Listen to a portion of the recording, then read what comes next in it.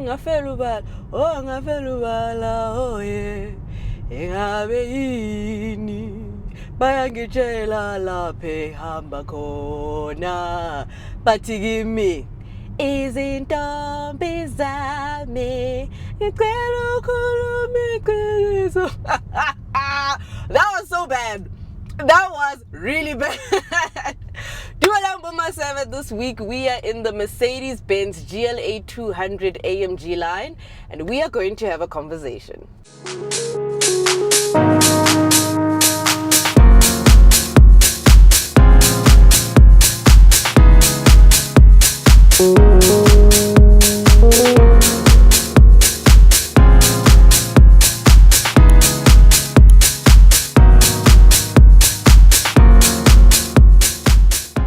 We are gonna get right into this review. We're gonna get started with the exterior. You guys know how we go. So, on the exterior of the Mercedes Benz GLA200, it is finished in this beautiful spectral blue. Remember the GLC 220D, we had the coupe. It's a similar color or the same color. Finished in that, you have these large 18-inch wheels that it sits on with a 5-spoke rim, which I think is really, really pretty. What's nice to note about this GLA is that the AMG kit now comes standard. So the AMG kit is standard on this car. So is the panoramic sunroof, so I think that's nice. You have contrasting side mirrors. You have contrasting side mirrors, and that also fold when you lock the car. When it comes to the exterior and my thoughts on it, I don't think it's the most captivating car to look at. It has very softened up lines and looks it blends in quite a bit. Not a very striking car, not a very outstanding car to look at. However, I don't think it's... And then... Oh, ambulance. Yo, bitang ambulance,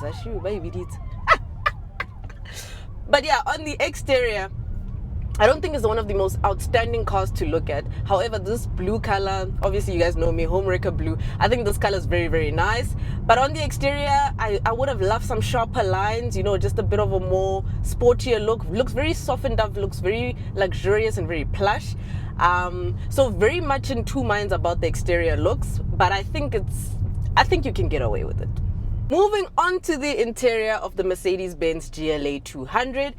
It's something that you guys have seen before on the channel, probably 6 million times. So I think this interior is very similar to even the GLE. You know, you have this infotainment system screen that has MBUX with Apple CarPlay and Android Auto connectivity. You have these large air vents.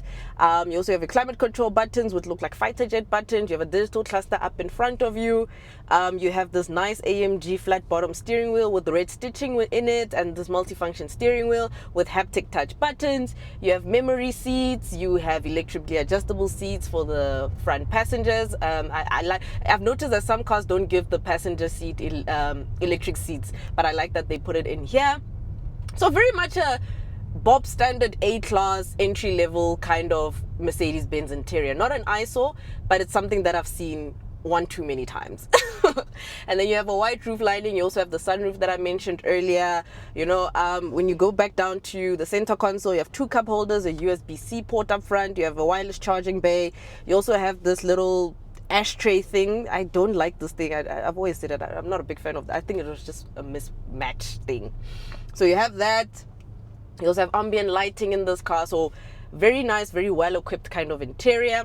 You also have these really nice red stitching on the seats, and it feels nice with the leather and Alcantara contrast of the middle. Very plush, very comfortable car to be in, very beautiful. Very simple. I like how it's very well laid out, but I've gotten too used to this interior. So I think that's why I'm just like, yeah, get Benz.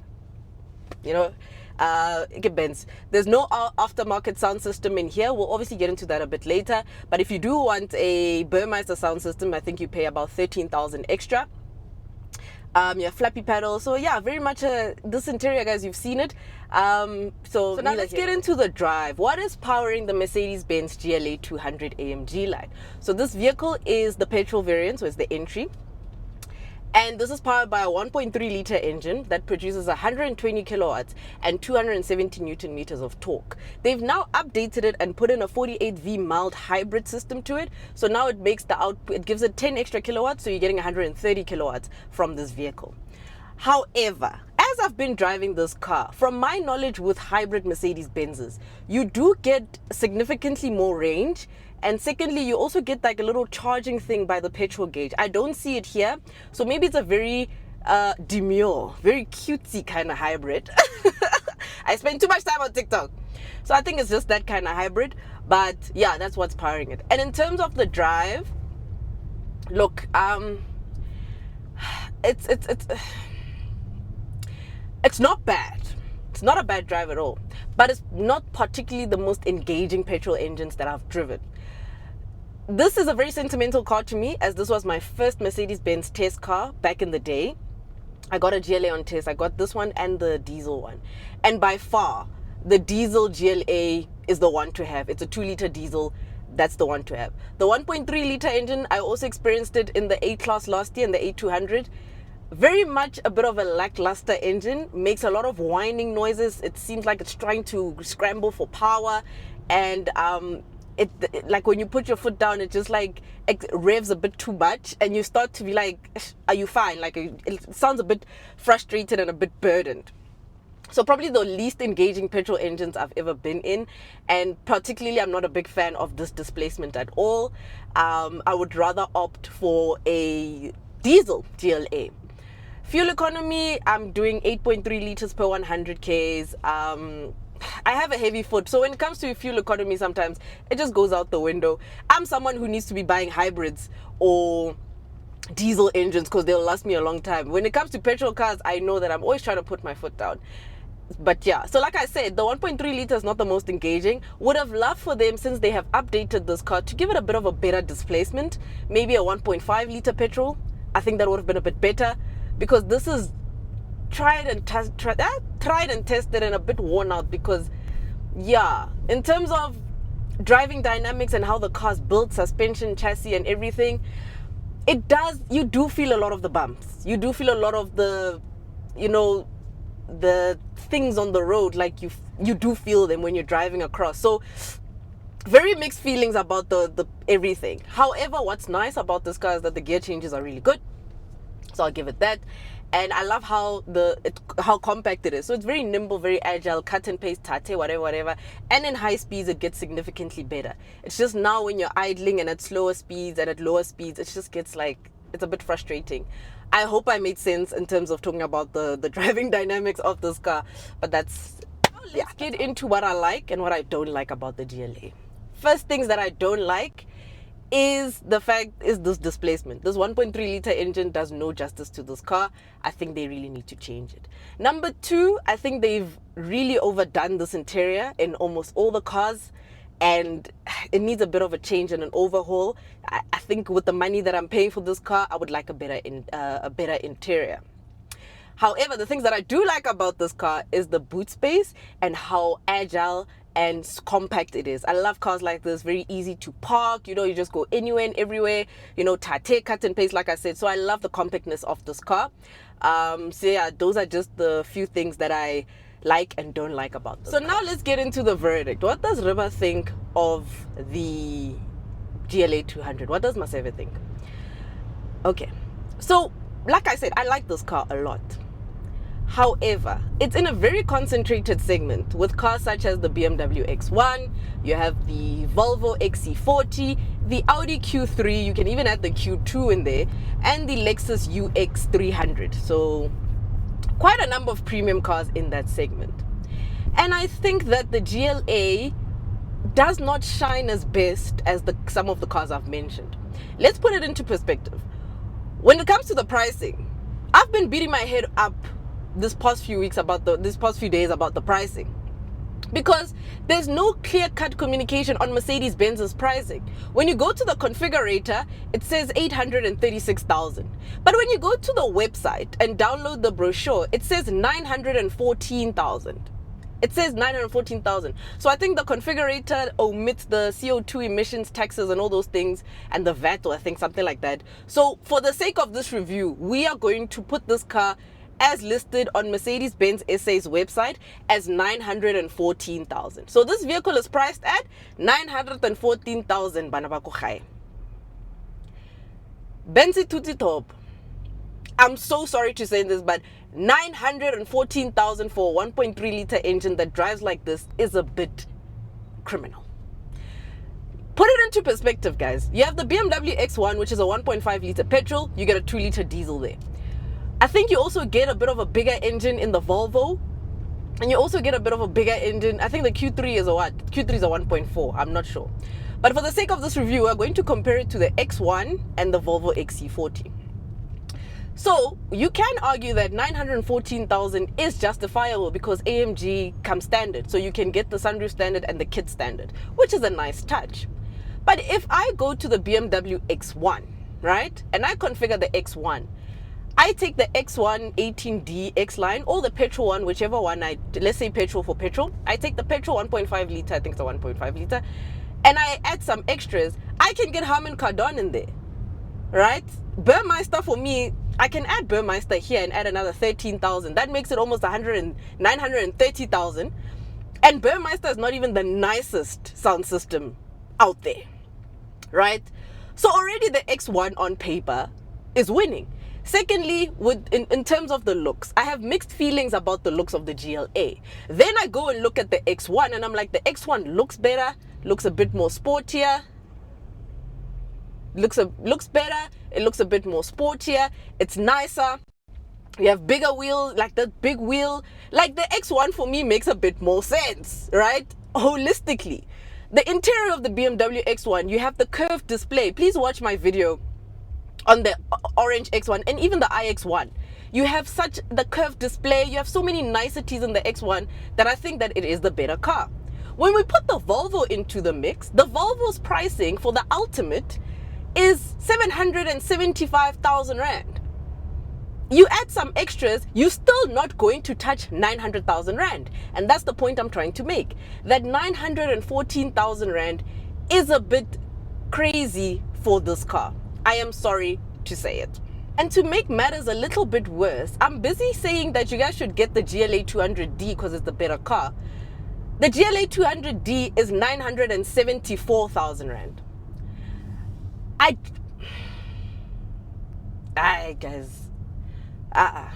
The reason why I think this car frustrates me is because this is the entry into premium. This is a car that you should be buying after you've driven your Polo, your Vivo, your i20. You know, now you want to be this girl who drives a luxury car, or this guy who drives a luxury car. The A-Class and the GLA are supposed to be cars that provide you with that entry into the luxury market. But at 914,000 and 900, under almost a million Rand, who is supposed to buy that? Who is supposed to afford it in this economy? So I think the pricing is just letting this car down a lot. However, I always say there is a market, and yes, there are people who will buy it.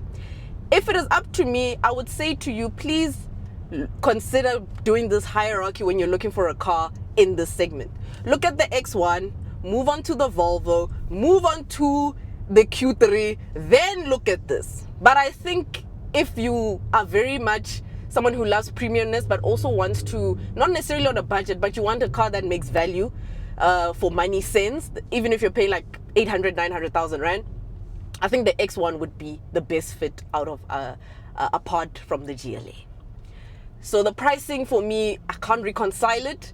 And considering that this is a car that this interior is the same from the first one I tested an odd 4 years ago, I don't know. I really don't know. I have mixed feelings. So what is the ultimate verdict?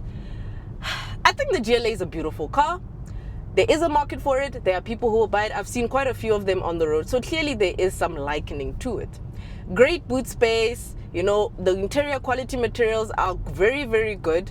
But I think there's quite a few things that some missing, like some loose ends to this car that is like letting it down quite a lot.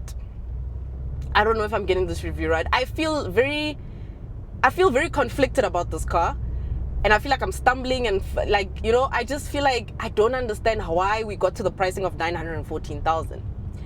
And obviously you can argue that it's a premium car and a luxury car, but if the other German manufacturers can price their entry-level cars a bit better, Ben se palwa king. This car, as it is, with this interior and this 1.3 liter engine, should be priced with the Volvo, should be at least 775,000 rand. Then I would vouch for it. But almost a million rand for this, for me, guys, I don't know. I don't know what you guys think. But nah, I'm sorry. So for that, I'm going to give the GLA200 a 6 out of 10. I get what they were trying to do. I get that it's an entry. I get a lot of it. But if you're like, 6 out of 10. So probably you guys are asking, Maseve, would you buy this car? And unfortunately, I wouldn't. I'm taking this money, I'm going to BMW, and I'm buying an X1. I think that's the car that makes more sense. All the other cars I've mentioned actually make more sense than this one. So there's that. But however, I am very conflicted because someone even did mention that you can get a T-Roc R-Line, the 2 liter, for less money than this. And that is a very good argument. So the world is your oyster with 914,000 rand seemingly. That is it from me, Maseve. Don't forget to like, comment, subscribe, and I'll see you in the next one. I hope you guys have been watching those ads. I really appreciate the support for the channel.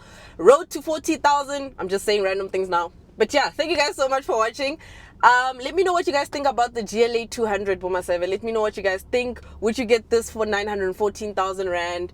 Is there a car on your radar for that money? And let's just have a conversation in the comments. So yeah, keen to hear your thoughts. I am now going to look for food before my meeting. All I had this morning was coffee and yogurt. Because I told you guys I'm not eating bread. But man, like corona liberato. Nice girl. I'm joking. I just talk a lot of nonsense, but I am craving something yummy. I think I'm gonna get like an eggs Benedict namakand before I go to my meeting. But yeah, ish benz mara munna why unsula falletsa letsatsi biana. Why utura so mzal? What's going on? Why are you so expensive, bruh? Ay, come on, maseve. Anyway, guys, thank you so much for watching. I had a moment there. Thank you so much for watching. Don't forget to like, comment, subscribe, and I'll see you in the next one. Bye bye.